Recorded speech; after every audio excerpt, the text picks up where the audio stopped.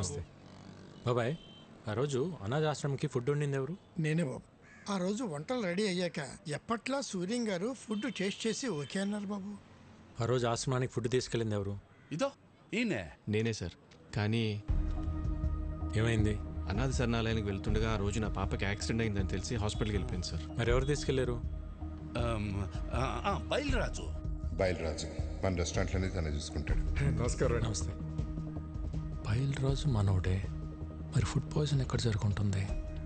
Bye మర్చిపోయాను, ఇంతకు మీ పాపకి ఎలా ఉంది ఇప్పుడు? అలాకా శుక్ర్ హే, ఇప్పుడు బాగానే ఉంది సార్. ఆ రోజు యాక్సిడెంట్ చేసిన మనిషి తీసుకెళ్లి హాస్పిటల్లో జాయిన్ చేశాడు సార్. బిల్స్ అని తనే కట్టాడు. మంచోడు సార్. తెలిసినోడా? తెలీదు సార్. ఓ యూపీకే ఆద్మీ, చిన్న ట్రక్ ఉంది. ఓ అచ్చా డ్రైవరే సార్. డ్రైవరా? హా సార్. ఎక్కడ ఉంటాడు?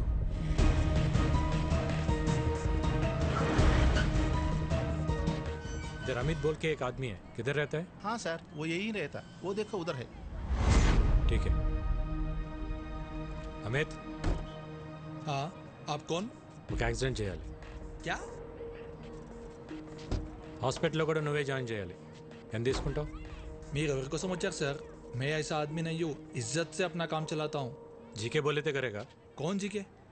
ఏం మాట్లాడుతున్నారు సార్? आप जाइए साहब, अपना काम करिए, आप जाइए. బయల్రాజ్ బోలితే కరేగా క్యా? సబ్ కుచ్ మాలూమ్ హో గయా. బయల్రాజ్ మొత్తం చెప్పేశాడు. సాలా బయలురాజు వాడు దొరికిపోయి వాడితో పాటు నన్ను ఇరికిస్తాడా? ఫోన్ కర్, ఫోన్ కర్, ఫోన్ కర్. సార్ ఎవరో జీకే గారంట హైదరాబాద్ నుంచి ఫోన్ చేశారు, ఒకసారి మాట్లాడతారా? జీకేనా? హలో ముఖర్జీ, విక్కీ గాడి మీద పగ తీర్చుకోవాలంటే బలం సరిపోదు, ప్లాన్ కావాలి. ప్లాన్ అంటే? ఇక్కడ వాడికో ఫ్యామిలీ ఉంది, వాళ్ళందరికీ వీడి మీద ప్రేమ ఉంది, వీడికి వాళ్ళన్నంటే భక్తుంది. ఇదే ప్లాన్. నా ప్లాన్కి నీ పగ తోడైతే విషం చిక్కగా ఉంటుంది. జల్దీ ఆ జాओ, మిల్కే దేఖ్ లేంగే. ఓకే.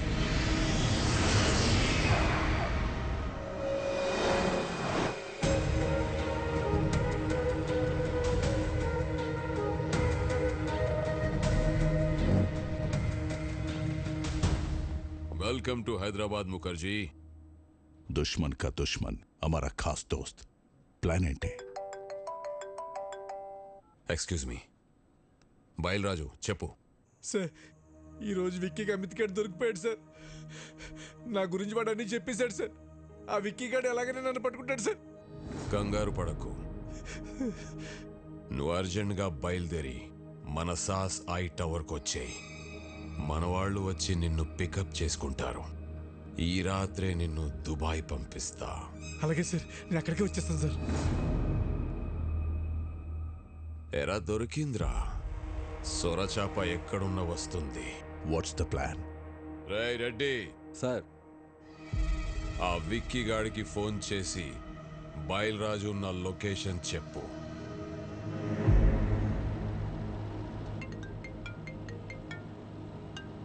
హలో, మీరు వెతుకుతున్న బయలురాజు నానక్రామ్గూడలోని సాస్ బిల్డింగ్లో దాక్కున్నాడు. జీకే మనుషులు అతను చంపడానికి ప్రయత్నిస్తున్నారు. మీరు వెంటనే వెళ్ళి రక్షించుకోండి సార్. మీరెవరు? నేను రాజారాం గారు శ్రేయభిలాషినండి.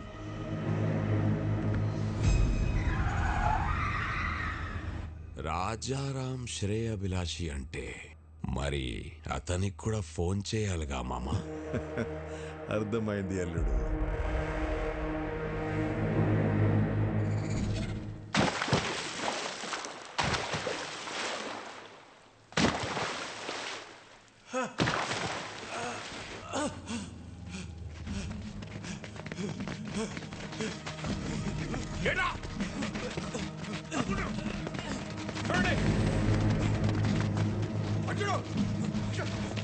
జీకే గారు మన వాళ్ళు నన్ను చంపడానికి ట్రై చేస్తారు. నన్ను ఎందుకు కొడుతున్నారు?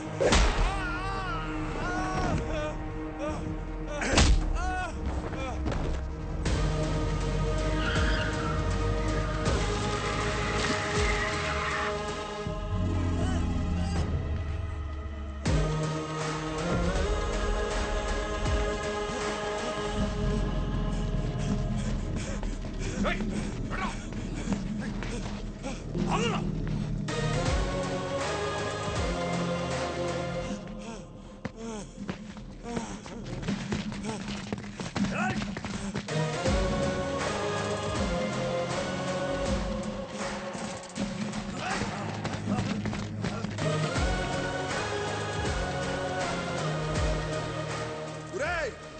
విక్కీ బాబు విక్కీ బాబు నన్ను క్షమించండి విక్కీ బాబు. నేను డబ్బు కగుర్తుపడి ఈ పని చేశాను. నన్ను ఎలాగైనా సరే ప్రాణాలతో కోర్టుకు తీసుకెళ్ళండి. నేను ఎప్రూవ్గా మారిపోతాను. ఆ జీకే గురించి మొత్తం నిజం చెప్పేస్తాను. దయచేసి నన్ను కాపాడండి బాబు.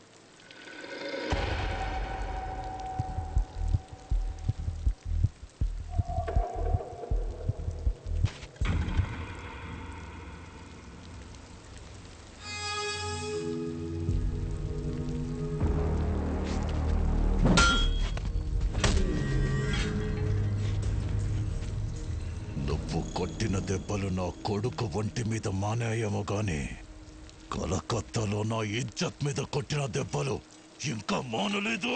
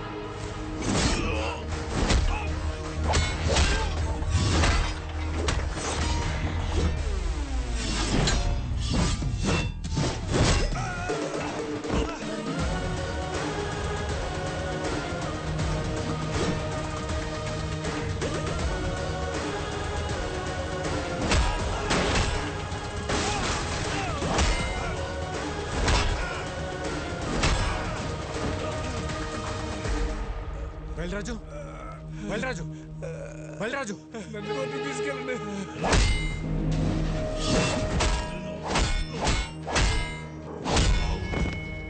విక్కీ భాయ్ చూడదా मेरा पापा को लाइफ లో మళ్ళీ నీకు కనిపించు ప్లీజ్. విక్కీ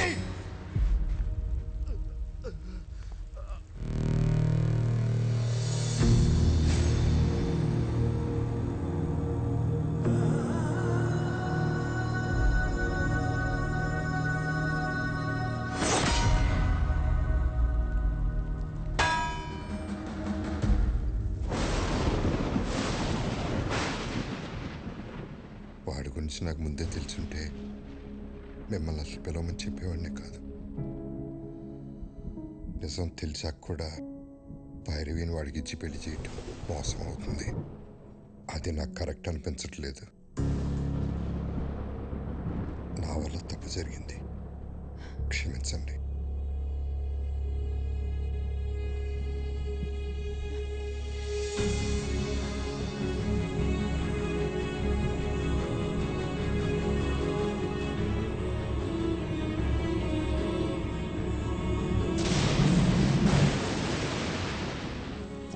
ఏరియాలో నా కాంట్రాక్ట్స్, నా బలగం, 100 కోట్ల ఆదాయాన్ని సొంతం చేసుకొని ఎక్కడికొచ్చి డ్రామాలాడుతున్నావా?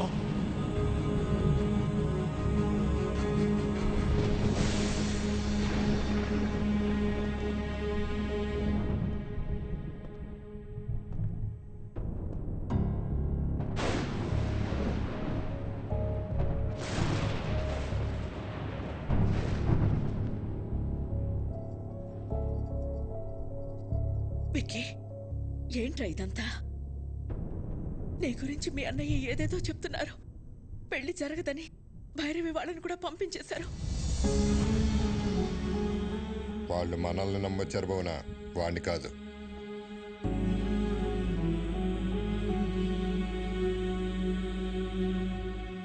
ఏంట్రా ఇదే? మేము చూస్తున్న విక్కీ నిజమా? ఆయన చెప్తున్న విక్కీ నిజమా? రెండు నిజమే వదిన,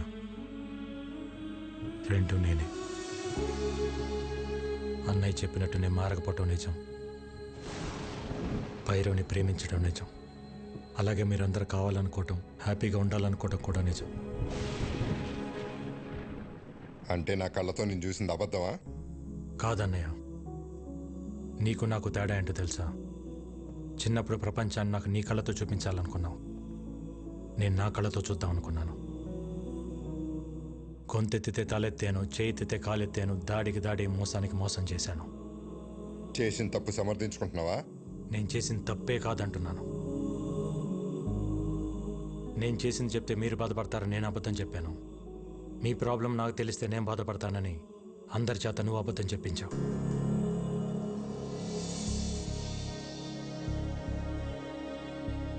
నిజాలిద్దరం దాచామన్నయ్య. రే, ప్రాణం పోసే అబద్ధానికి నిజం కన్నా ఎక్కువ విలువ ఉంటుంది. ప్రాణం తీసే నిజానికి అబద్ధం కన్నా ఎక్కువ ప్రమాదం ఉంటుంది. నిజం చెప్పుంటే నన్ను ఇంట్లో ఉండనిచ్చేవాడే అన్నయ్య. నువ్వు మంచితనం, నిజాయితీ, కల్మషం లేని మనసు దగ్గర ఆగిపోయావు అన్నయ్య. ప్రపంచం మారిపోయింది. ఒకప్పుడు తల దించినోడికి మర్యాద, ఇప్పుడు చెయ్యి ఎత్తినోడికే మర్యాద. ఒకప్పుడు తప్పుని ప్రూవ్ చేయడానికి సాక్ష్యాలు కావాలి, ఇప్పుడు నిజాన్ని నిజమని ప్రూవ్ చేయడానికి సాక్ష్యాలు కావాలి. మారాలన్నయ్య, ప్రపంచంతో పాటు మనం మారాలి. మారకపోతే చంపేస్తావా? ఈ ఇంటికి కొన్ని ఆదర్శాలున్నాయి, ఈ కుటుంబానికి కొన్ని విలువలున్నాయి. అవి లేని వాడికి ఇంట్లో ఉండే అర్హత లేదు. పొరబెట్టి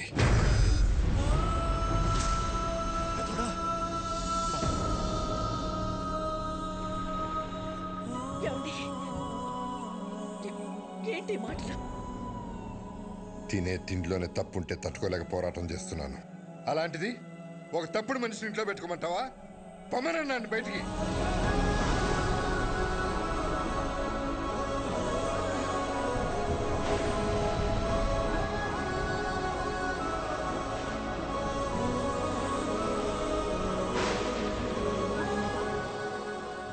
నేను ఎందుకు వెళ్ళాలి? నేను వెళ్ళని చెప్పండి. ఆయనేమో నేను తిరిగి రావాలని హోమాలు చేయొచ్చు, వదినేమో నేను బాగుండాలని చెప్పి పూజలు చేయొచ్చు, కానీ ఇంటికి కష్టం వచ్చినప్పుడు నేను నిలబడటం తప్ప? నాకు ఆ మాత్రం బాధ్యత, హక్కు ఉండదా? ఉంటుంది. ఎప్పుడు? నువ్వు నిజాయితీగా ఉన్నప్పుడు, ఎవరిని మోసం చేయనప్పుడు. అయినా ఇంట్లో ఎప్పుడు ప్రేమల గురించి, గౌరవాల గురించి, బాధ్యతల గురించి మాట్లాడేవా తప్ప హక్కుల గురించి ఎప్పుడు మాట్లాడలేదు. నీకు ఆ హక్కే కావాలంటే మేమే ఇక్కడి నుంచి వెళ్ళిపోతాం.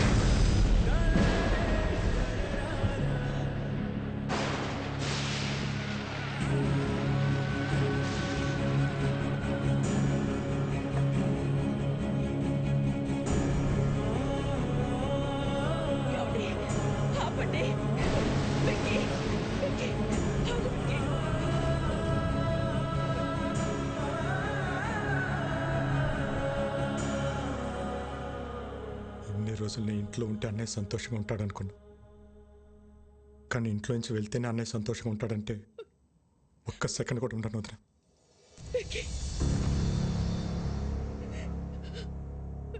ఇన్నాళ్ళు నేను లేకుండా ఉండటం అలవాటే మీకు, ఒంటరితనం నాకు అలవాటే.